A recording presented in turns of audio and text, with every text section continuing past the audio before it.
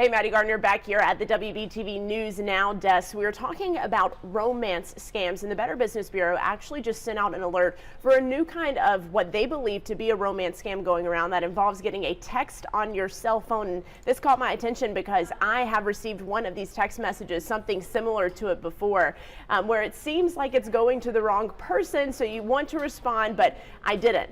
And I want to know if that's the right thing. So we have Tom Bartholomew with the BBB here in Charlotte. And Tom, first and foremost, thanks for being here and explaining this. Should we respond to these text messages? Because, as you said, it looks like they're a picture of a nice person reaching out to the wrong person. And so you're tempted to just say, hey, you've dialed the wrong number, or you've connected to the wrong person. You don't want to do that. There's a number of things that are at play here. We've seen 3 different versions of this, each with a different outcome, and they all have a bad outcome if you engage at all. And I'm putting up images that you sent us, screenshots that the BBB received of these text messages, and you can see a young woman and they're sending a message. It's been a while since you called. There's another one going around, a similar message, looking cute today, with another image of a young woman. So at first you think, oh, they just have the wrong number. I should text them back and say, this is the wrong number, so sorry. But what might scammers get if you do text them back? Yeah, if the least bad thing that could happen is that they've harvested your number. At that point, they know that yours is a working text number. So many of these are auto-generated. They just go through random numbers, and boom, if yours comes up and you engage with it, then they know that it's a valid number, and then they can package that with other valid numbers and sell it on the black market for more money than if it was just some randomly generated number. So that's the most innocent thing that can happen. But the worst part is if it leads to a romance scam, depending on, again, on how you engage. They've set up a number of different variables on how to get into our identity, get into our wallets through this, what looks like an innocent text. Can you walk us through what a romance scam is? I know that this text message one in particular isn't the only kind of scam out there, but I'm imagining it means people preying on others' emotions to get some information or money.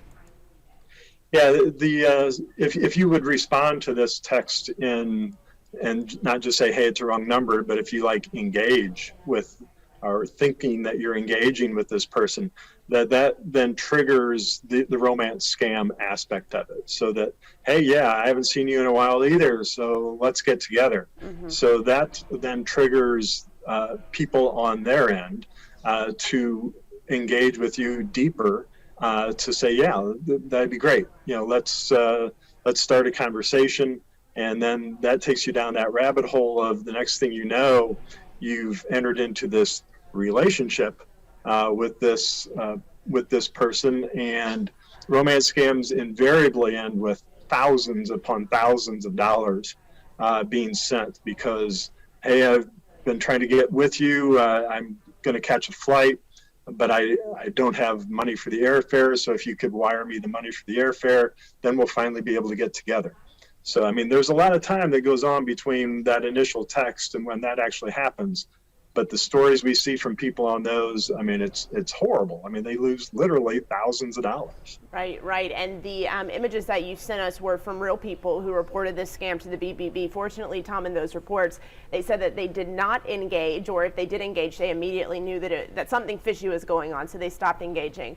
I got a text message like this. I got one that said, hey, I met you at a party. I think this is the right number. I'm going to be back in town this weekend. And I'm like, I definitely didn't give anyone my number at a party. What's going on? And instead of responding, hey, I think you have the wrong number, I just deleted it. But if you do engage, you're opening yourself up to perhaps a world of trouble. You are, and just different levels of just how deep that trouble can take you. But yeah, that's the best thing. Just ignore it, delete it, get it out of your phone. If there's a link in it, don't click on those links, because then there's malware that's going to be installed onto your phone. Nobody wants that either. Absolutely. Tom Bartholomew, thank you so much. Anything else we need to know about this scam? We've got some more details and more reports on it at bbb.org, so you can see some of the nuances that they're using now. But yeah, those are the highlights. All right. Thank you so much. Always good to hear from you, and thank you for giving us some tips to stay safe. We really appreciate it. Sure thing. Good to be with you. All right. Have a good one.